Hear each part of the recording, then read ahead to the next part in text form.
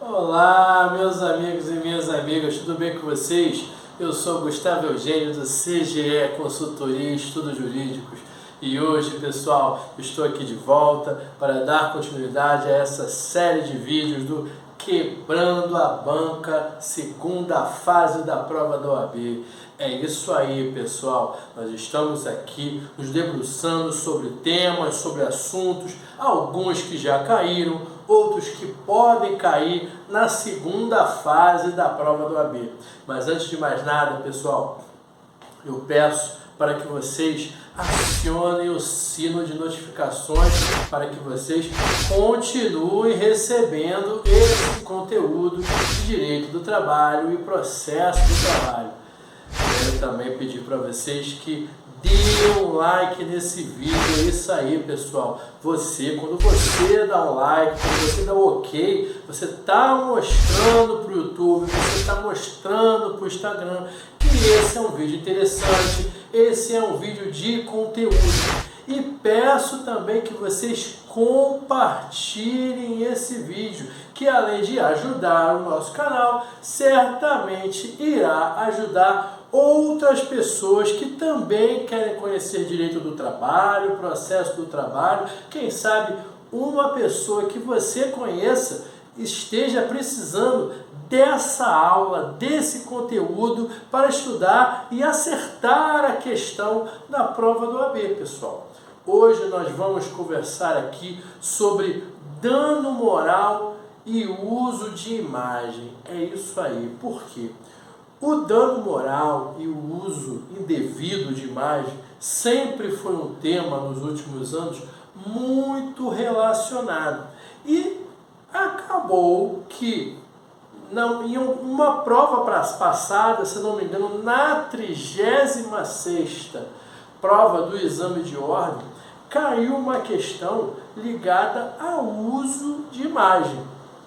Então, é importante que você tenha conhecimento sobre a jurisprudência nesse ponto, sobre a norma que nós encontramos aqui na CLT, mas antes disso, como tem relação ao dano moral, com certeza será muito útil nós conversarmos sobre o dano moral, porque dano moral é um outro assunto que, com relativa frequência, cai no exame de ordem.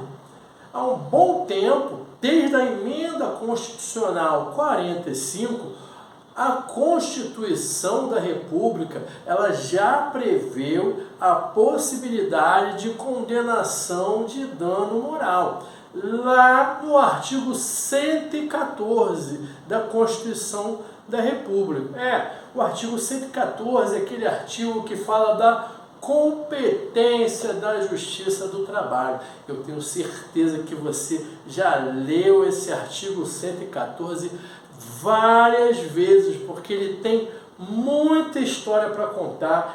Todos aqueles incisos ali já caíram, ou a grande maioria já caíram em exame da OAB, porque ele trata da competência trabalhista. O caput ele já dá uma boa indicação de quais são as matérias ventiladas e apreciadas na Justiça do Trabalho. É muito importante você dar uma olhada no caput. Depois você vai para aqueles incisos que tem muita coisa boa ali. Fala de dano moral, habeas corpus, penalidades administrativas, aplicação de dano moral. Foi ali que começou na Justiça do Trabalho a aplicação do dano moral, no artigo 114 da CLT. Então tem muita coisa boa que o examinador ele pode se valer desse artigo. Ultrapassado, você já sabendo que realmente é cabível a aplicação do dano moral na Justiça do Trabalho, você precisa ir um pouco mais adiante. Não é suficiente você conhecer só o artigo 114. Você só conhece ali a fonte da onde todos os operadores do direito estão se valendo para falar sobre dano moral. Tudo bem, mas você tem que ir mais, tem que ir além. E você vai aonde? Você vai na jurisprudência. A primeira coisa que você vai fazer é ir na súmula do TST. Já tem entendimento sumulado, súmula 392. Essa súmula já caiu muito na prova do OAB, pessoal. Já caiu em primeira fase, é questão de segunda fase. Caso você tenha que elaborar uma peça, uma reclamatória inicial, uma reclamação inicial, e no enunciado da questão haja alguma menção ali ligada a dano moral, certamente você já vai começar com o artigo 114 da Constituição da República e logo, provavelmente, a súmula 392 provavelmente é o gabarito, provavelmente é o padrão de resposta. Sempre falo, estuda a súmula, estuda o OJ, que cai demais na prova do OAB na parte trabalhista. Nós, advogados e advogadas trabalhistas, nos utilizamos muito de OJ e muito de súmula. Na aula passada, você viu que eu já me utilizei da OJ 191 do TST. Hoje eu estou falando da súmula 392. É essa súmula aqui que fala da pertinência e do cabimento do dano moral na Justiça do Trabalho.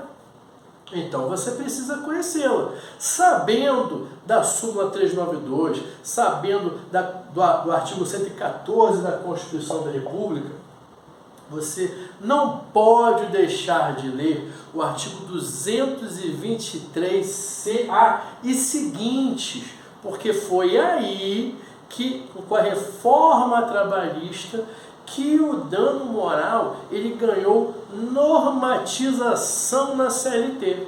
Por quê, pessoal? Vamos relembrar aqui.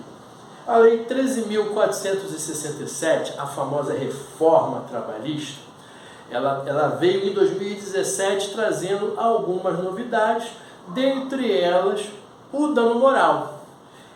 Por acaso isto quer dizer que nós não nos utilizávamos do Instituto do Dano Moral na Justiça do Trabalho? Claro que não! O dano moral já se usa há muito tempo na Justiça do Trabalho. Até porque eu já falei para você aqui mesmo que desde a emenda constitucional 45, lá nos inícios do ano 2000. Então já se usa o dano moral há muito tempo. Só que não tínhamos a norma prevista na CLT, porque a CLT ela é antiga, de 1943. Então, na maior parte das vezes, a pessoa que se utilizava, o operador do direito, ele usava o regramento do Código Civil. Artigo 187, artigo 188, artigo 927, aquela parte do 940 por ali.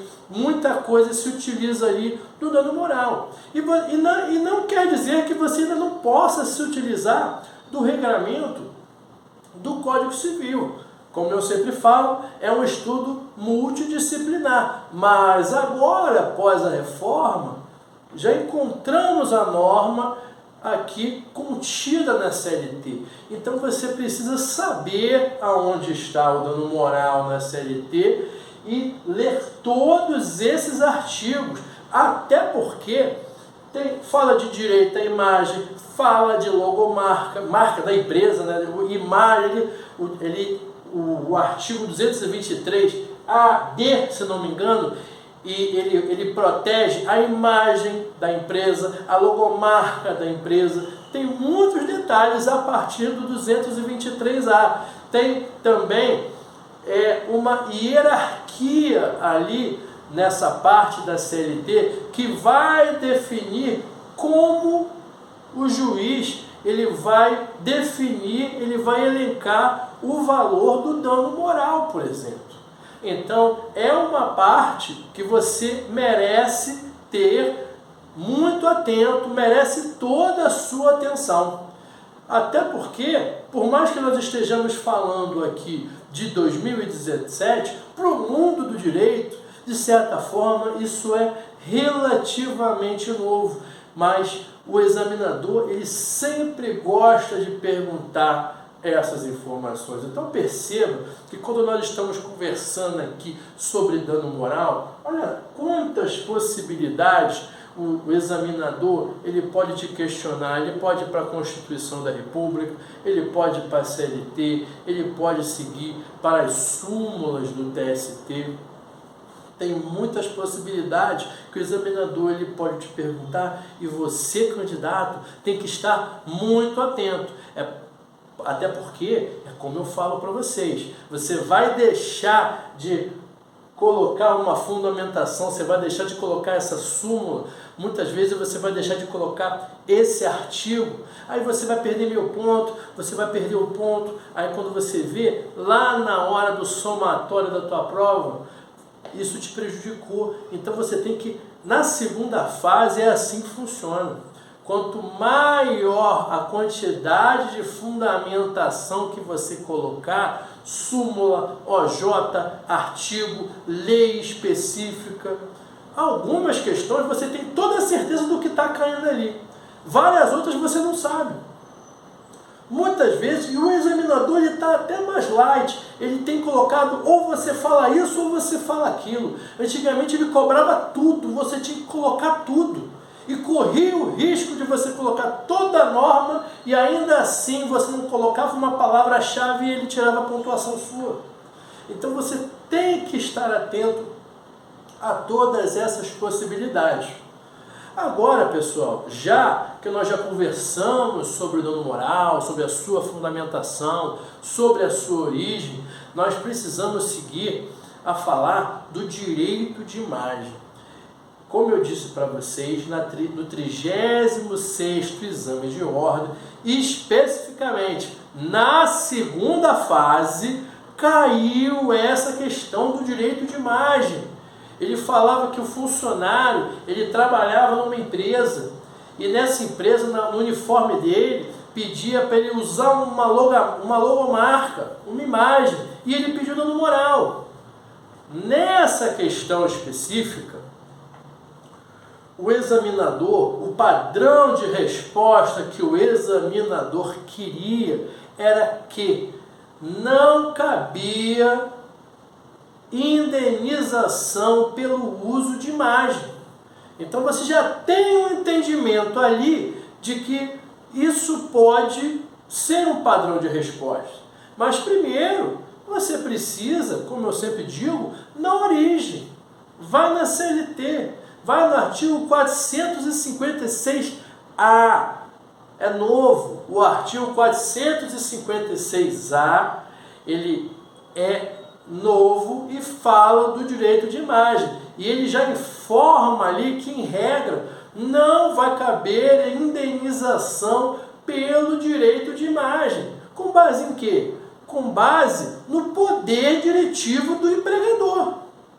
Mais um artigo para você ficar atento.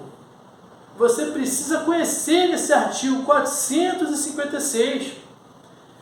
Esse padrão de resposta, ele veio da onde? Ele veio desse artigo e de alguns entendimentos que nos últimos anos o TST ele vem mudando. Há mais ou menos 6 ou 8 anos atrás, era muito comum os reclamantes entrarem pedindo direito de imagem e ganharem. Eles recebiam essa indenização. Não vou falar na totalidade, não sei se era para mais, se era para menos, mas eu já vi muita ação nesse sentido. Até porque eu já trabalhei numa empresa que, não vou dizer que era toda hora, mas a cada 10 contestações ou 15 contestações que eu fazia, pelo menos uma ou duas tinha dano moral, pedido de indenização por uso indevido de imagem. Eles até comentavam na época que o funcionário reclamante, eles, na época da Copa do Mundo, a empresa parceira que patrocinava aquela empresa de varejo, que eu era do jurídico, ela botava o pessoal, os colaboradores, para trabalhar com aquela logomarca daquela empresa parceira, que era uma das patrocinadoras da Copa do Mundo. E o que acontecia? Passava um tempo, pessoal saía da empresa e, dentre outras coisas, pedia dano moral pelo uso de imagem. Alguns ganhavam, outros não ganhavam. Eu não vou dar aqui a quantidade nem para mais, nem para menos. Mas eu sei que tinha para os dois lados. E diante dessa necessidade, dessa repetição, que com toda certeza abarrotou o TST, eles chegaram à conclusão de que teriam que normatizar. Criaram a norma 456A e já falaram, olha só, o uso de imagem é lícito. Já falou ali. Além disso, não tem súmula, tudo bem, mas tem entendimento jurisprudencial do TST. Recentemente teve um entendimento de uma reclamante ou de um reclamante das Casas Bahia que pleiteou indenização por uso indevido de imagem. E o TST negou provimento a esse recurso, com base no artigo 456A. Então nota que temos muitas possibilidades aqui. Temos frases, a gente pode falar poder diretivo da empresa, direito potestativo, podemos usar a norma 456A, podemos usar súmulas, tem muita coisa para a gente se utilizar. Além disso, já que eu estou falando aqui, pessoal, de dano moral, eu não posso deixar de falar da súmula, olha só, súmula 387 do STJ, Superior Tribunal de Justiça, já sumulou há muito tempo o que, pessoal? É cabível a acumulação de dano moral e dano material. Você, na sua petição inicial, você pode pedir dano moral e dano material. Um não exclui o outro. Já está sumulado. Súmula 387 do STJ. E digo mais, em decisão recente do TST, tem decisão que fala sobre isso. Determinado funcionário trabalhava numa empresa. O que aconteceu? Perdeu os 3 dedos no maquinário. Infelizmente teve esse final trágico da perda dos 3 dedos. O que aconteceu? Ele pediu dano moral e dano estético. Subiu ao TST esse caso. O TST falou, é plenamente cabível o dano moral. O juiz dar procedência para o dano moral e dar procedência para o dano estético. São duas coisas distintas. Tanto o dano moral, que tem a ver com a honra, com a imagem, com a dignidade do ser humano, como o dano estético, porque ele perdeu alguns dedos. Teve dano estético ali. E se baseou como? Na súmula 387 do STJ, que já está aí, há muito tempo para você não conhecer. A gente não pode, nós operadores do direito, não podemos nos dar ao luxo de falar que não conhecemos algumas súmulas tão batidas já. Podemos falar várias outras coisas aqui, mas eu acho que isso aqui é o que de mais importante pode cair numa segunda fase de prova do AB, seja nas questões discursivas, seja numa possibilidade de você ter que colocar isso como fundamentação de uma peça inicial, e você vai aproveitar toda essa aula aqui, estudar e garantir a sua aprovação. Tudo bem, pessoal? Eu espero que vocês tenham gostado desse tema, gostado desse vídeo. Peço que vocês dêem o like. Foi um prazer estar aqui com vocês, conversando sobre esse tema tão gostoso, tão interessante. Peço que vocês compartilhem esse vídeo. Isso aí, vamos ajudar quem quer conhecer direito do trabalho, processo do trabalho, a jurisprudência. E um grande abraço, pessoal, e até a próxima.